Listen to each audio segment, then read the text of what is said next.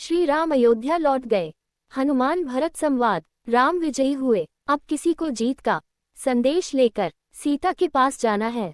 भगवान ने हनुमान को बुलाया और कहा, हनुमान, सीता को संदेश तुम ही जाके सुनाओ। महाराज विभीषण की अनुमति लेकर लंका में प्रवेश करो और सुग्रीव और लक्ष्मण के कौशल के बारे में बात करो और रावण के विनाश के बारे में भी बात करो। उससे इस तरह बात करें जिससे वह खुश हो। नमस्कार दोस्तों, राधे राधे, जय श्री कृष्णा।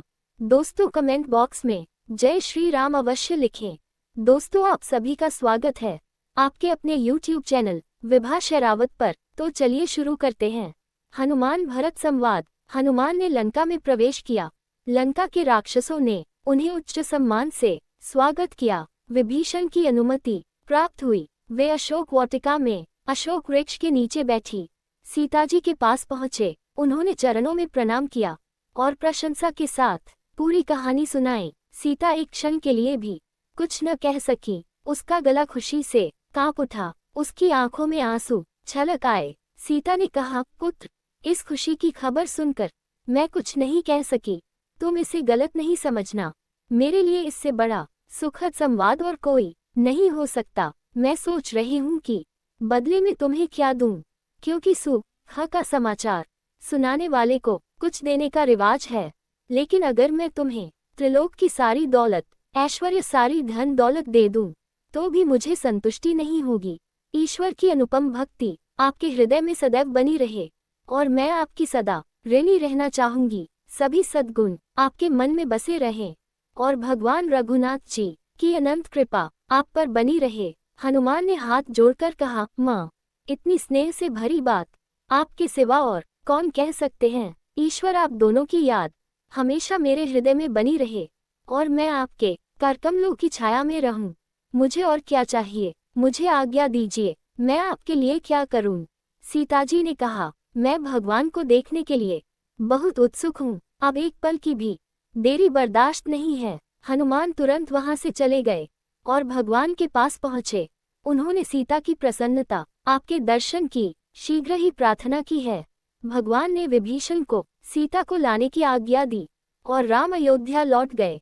फिर भगवान राम, सीता, लक्ष्मण, सुग्रीव, विभीषण आदि के साथ पुष्पक विमान में सवार हुए और श्री राम अयोध्या लौट गए। प्रयाग में उन्होंने हनुमान से कहा, हनुमान, तुम अयोध्या जाओ और देखो भरत क्या कर रहा है।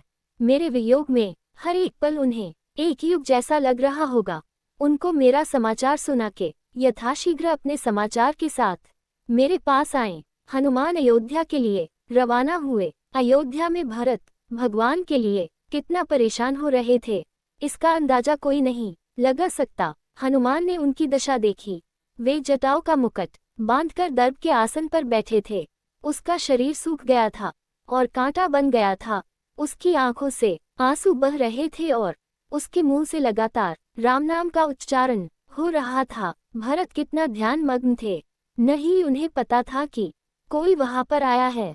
हनुमान ने स्वयं उनका ध्यान भंग किया और कहा, जिनके शोक में तुम शोक कर रहे हो, जिनके नाम और गुणों का जप कर रहे हो, वे ही भगवान राम, माता जानकी और देवताओं और ऋषियों के रक्षक लक्ष्मण के साथ आ रहे हैं।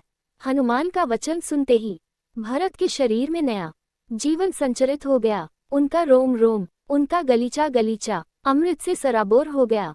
वह उठ खड़ा हुआ और भगवान के दूत हनुमान को गले लगा लिया। उनकी खुशी परिचय तक सीमित नहीं रही। उन्होंने बार बार भगवान राम के बारे में पूछा और हनुमान जी बार बार बताते रहे। दोनों अनंत आनंद का अनुभव कर रहे थे। भरत ने कहा, भाई, मैं आपको क्या दे सकता हूँ, इसके बदले में देने लायक और है भी क्या। मैं आपका ऋणी होकर ही प्रसन्न हूँ।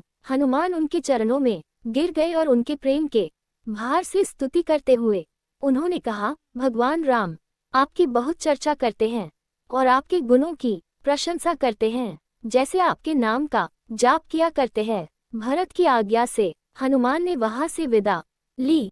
दोस्तों अगर आपको मेरा ये संवाद अच्छा लगा हो तो प्लीज मेरे चैनल को लाइक करें, सब्सक्राइब करें, शेयर करें और कमेंट करें। धन्यवाद दोस्तों।